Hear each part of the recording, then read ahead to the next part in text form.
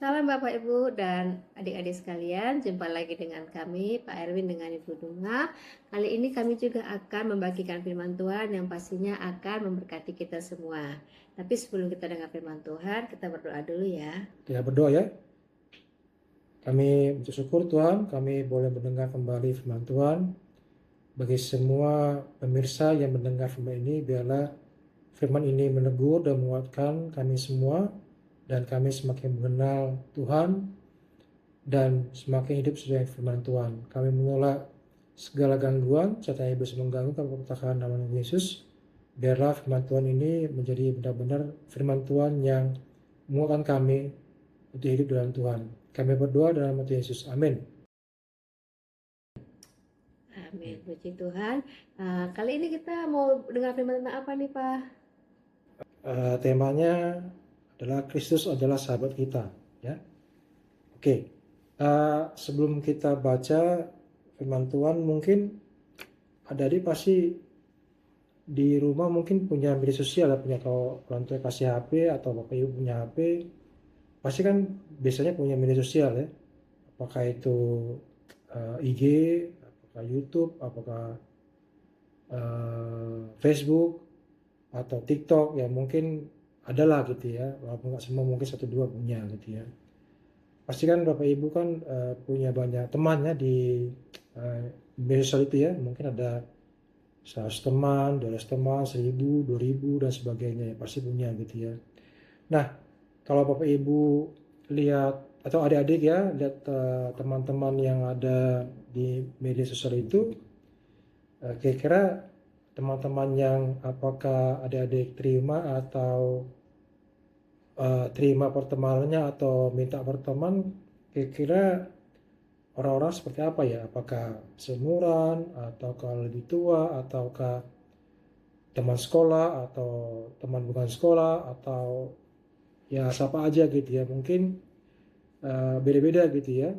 Nah, kalau beda-beda, pasti kan adik-adik mungkin punya maksud ya, kenapa harus atau menerima pertemanan atau meminta pertemanannya. Pasti kan ada maksud ya, mungkin pengen dengar-dengar, pengen, atau dia lucu-lucu, pengen dengar supaya sering dengar lelucon gitu ya. Nah, cuman ada yang mungkin berpikir perlu juga melihat setelah sekian lama saya berteman dengan orang-orang ini, kira-kira apa yang saya dapat gitu ya, apa yang pernah saya terima, atau mereka bisa bantu apa gitu ya. Nah, tentunya kita semua pasti kan berteman pasti ada maksud gitu ya. Nah, begitu juga kalau kita bicara tentang Tuhan ya. Mungkin kalau kembali kepada tadi media sosial tadi, tidak semua teman itu sahabat kan, karena mungkin ya sekedar berteman aja gitu ya, dan mungkin tidak satupun dari mereka sahabat, atau mungkin malah mengganggu kali ya, karena bicara yang nggak baik dan segala macam. Nah, begitu juga dengan kita dengan Tuhan ya. Tuhan itu ingin berteman dengan kita, bersahabat dengan kita gitu ya. Tapi mungkin ada lalu apakah kita bisa bersahabat dengan Tuhan, atau lalu manfaatnya kita bersahabat dengan Tuhan apa gitu kan? Mungkin ada adik atau bapak ibu yang saat ini mendengar atau bersama-sama dengan anaknya mendengarkan khotbah ini, bertanya apa ya manfaatnya, lalu apakah bisa saya menjadi sahabat Allah gitu ya. Nah, kira-kira di Alkitab siapa ya yang menjadi sahabat Allah? Tahu nggak kira-kira?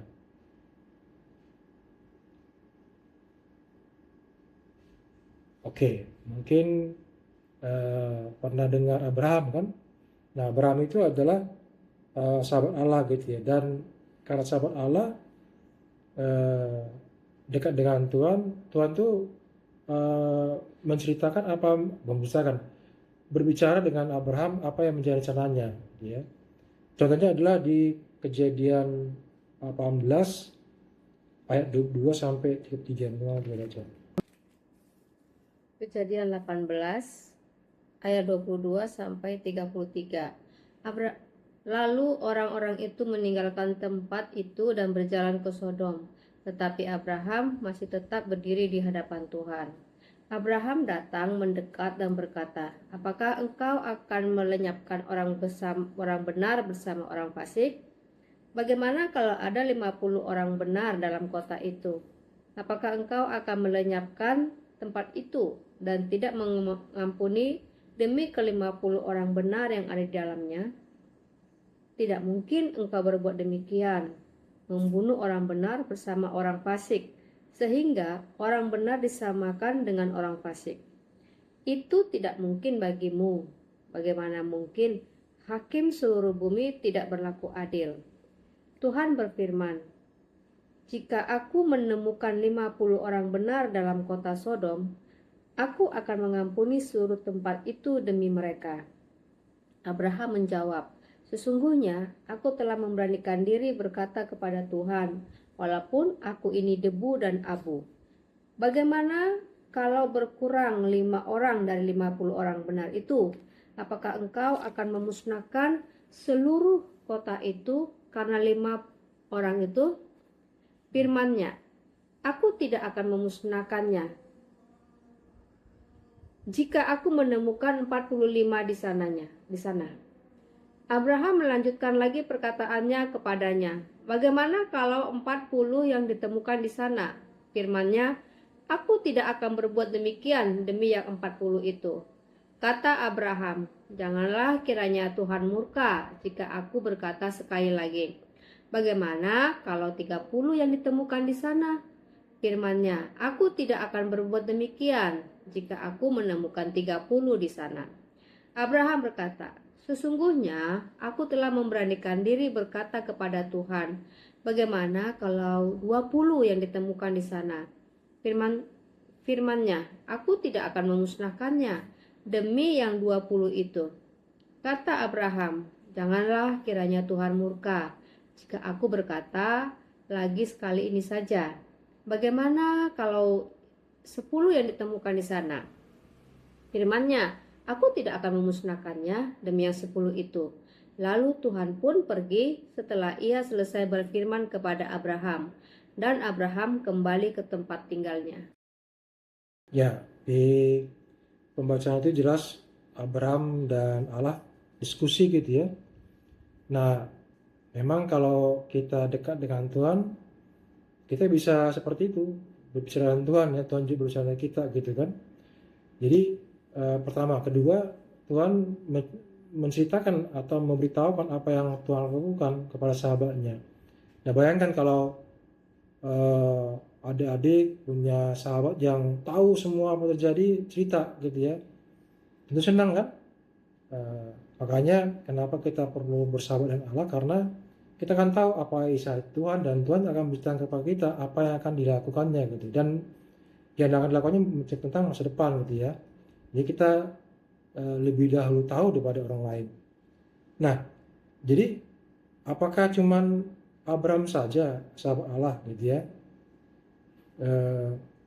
Atau pertanyaannya, kenapa Abraham bisa menjadi sahabat Allah gitu ya? Karena Abraham itu melakukan apa yang Allah lakukan gitu ya. Contoh misalkan kalau kita baca di Kejadian 12 ayat 1-4, nanti ada bisa baca di situ jelas diceritakan bahwa Abraham saat itu masih namanya Abraham ya, dia keluar dari Ur Kasdim gitu ya. Dia nggak tahu mau kemana, tapi karena Allah meminta, dia melakukan apa yang Tuhan perintahkan gitu ya. Nah, jadi apakah kalau kita melakukan kehendak Allah, apakah kita menjadi sahabat Allah gitu kan? Jawabannya adalah iya. Jadi Abraham adalah contoh tokoh perjanjian lama yang menjadi sahabat Allah. Tapi nggak hanya dia sahabat Allah, di semua orang yang melakukan kehendak Allah adalah sahabat Allah gitu ya. Tahu dari mana kita? Kita tahu dari perkataan Yesus ya. Kalau kita baca dari Yohanes 15 ayat 14. Yohanes 15 ayat 14. "Kamu adalah sahabatku jikalau kamu melakukan apa yang kuperintahkan kepadamu." Nah, jadi semua kita yang melakukan kehendak Allah, adik-adik, kalau kita melakukan kehendak Allah, kita adalah sahabat Allah. Jadi apa yang dulu Abraham alami, adik-adik juga bisa alami, ya, karena adik-adik adalah sahabat Allah. Dan sahabat Allah tidak hanya menceritakan apa yang akan dilakukannya atau bisa ngobrol-ngobrol seperti Abraham dulu, tapi juga kalau Tuhan Yesus bilang di Yohanes 15 ayat 13, ya,